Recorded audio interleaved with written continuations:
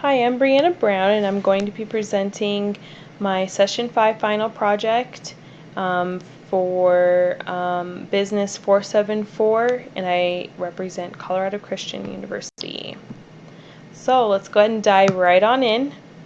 The topics we're going to discuss are motivation, leadership, and followership. These are all questions that I was able to interview with the executive leader.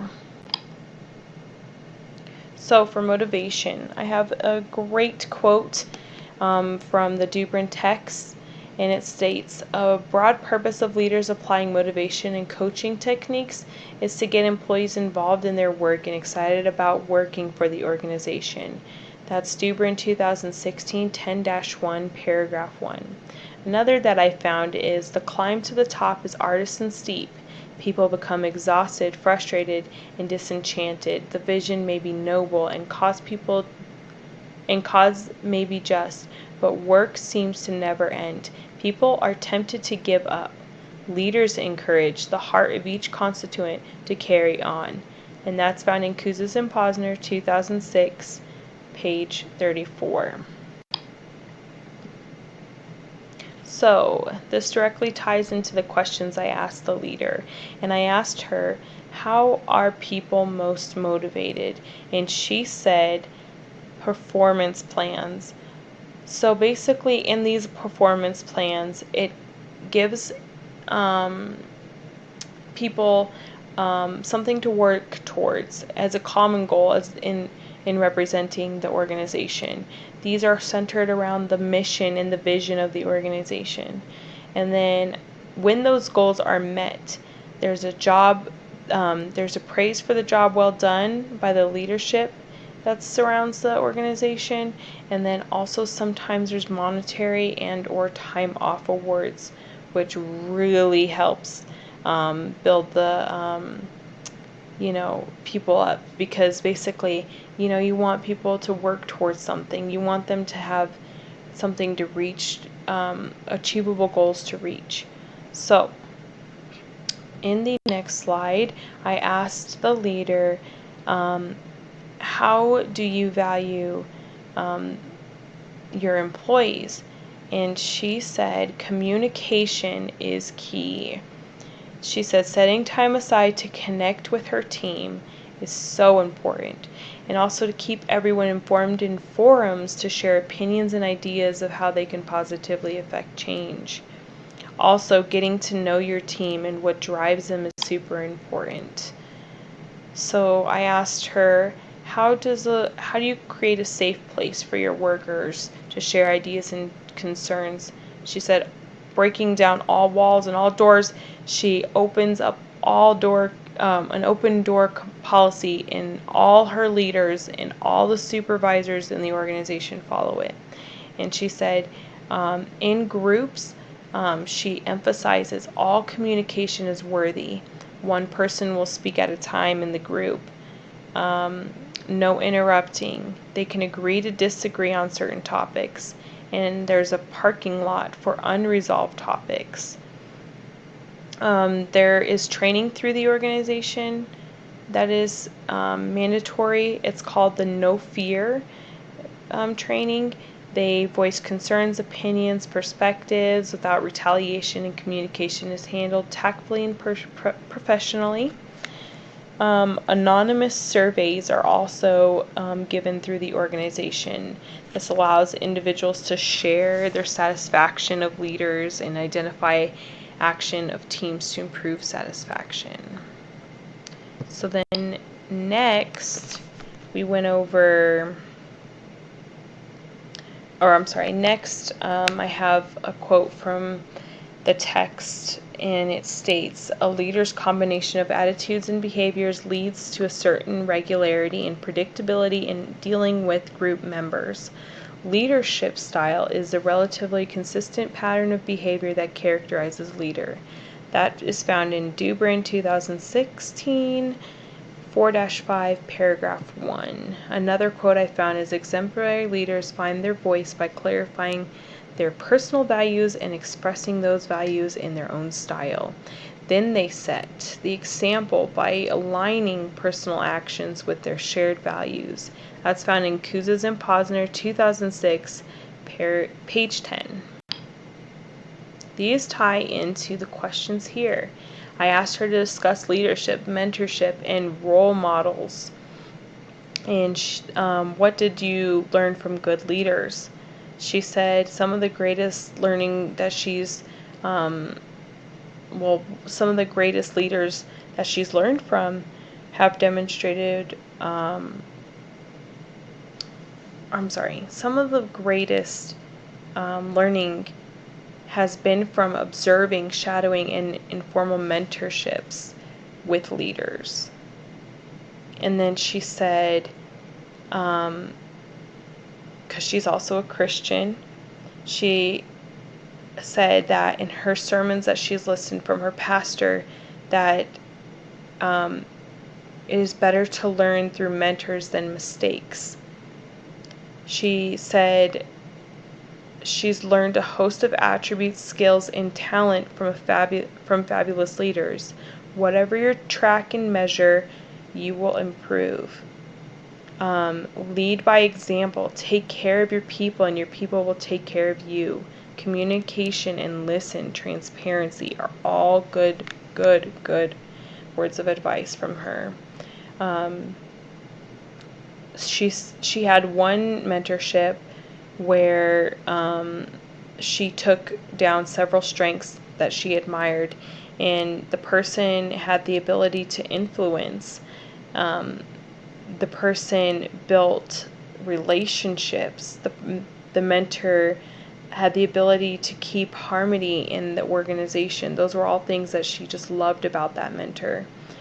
The mentor's key to success was to never stop learning, and even if you think you know something, there's still something more you can learn, which I totally agree. Also, to keep a pulse on those in the organization. Routinely take time away and ground them and stay in touch with the department, understanding what is working and what is not working.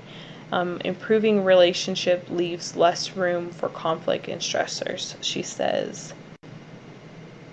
Okay, I said, what did you learn from bad leaders?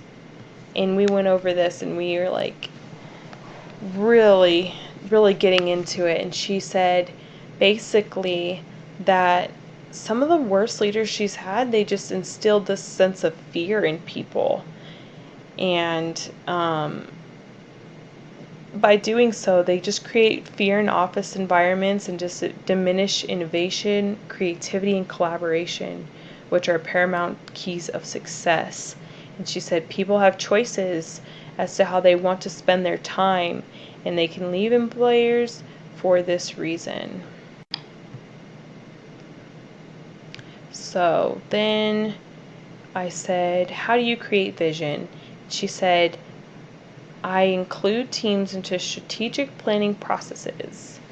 She also told me that she gets feedback from employees about what they see as strengths, weaknesses, opportunities, and threats, also known as SWOT analysis, which we actually had the ability and the opportunity to conduct in our course as well. And she said from this, planning can begin from identifying 2 to 3 initiatives and building goals, objectives, and milestones, aligning under each. So she provided me with some of the risks that she's taken. And she said one risk that came to mind for her was when they basically were implementing a new methodology in their organization.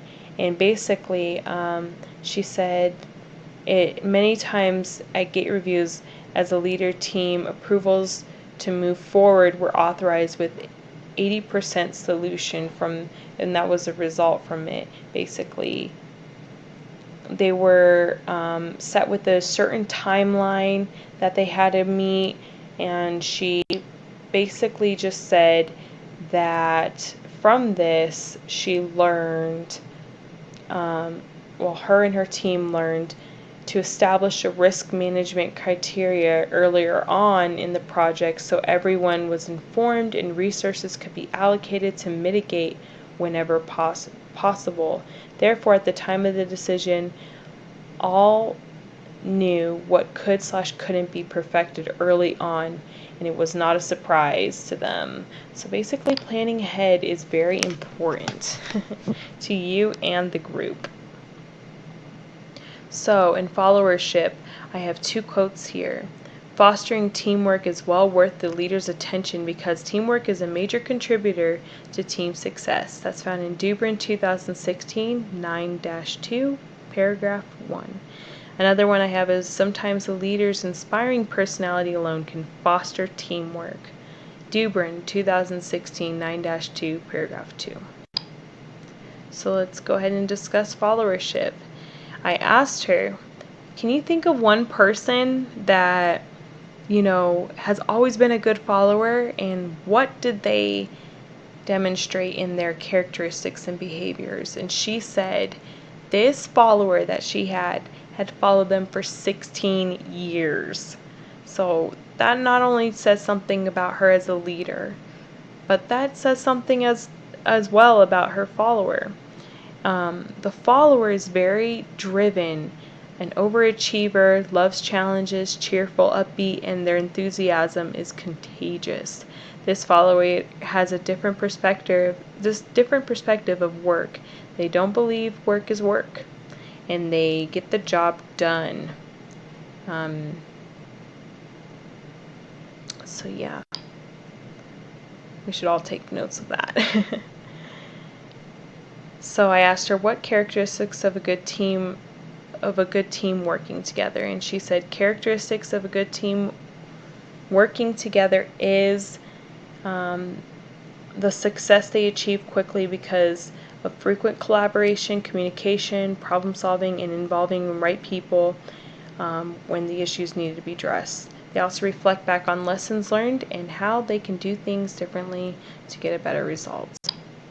Alright, so here's our conclusion. What I have learned about this leadership in the process of preparing this presentation is motivation is essential in making individuals feel like they are valuable to the organization. This helps their performance and productivity. Also, in leadership, I've learned there are good ways and bad ways to lead people. Mentorship is a great way to learn from good leaders.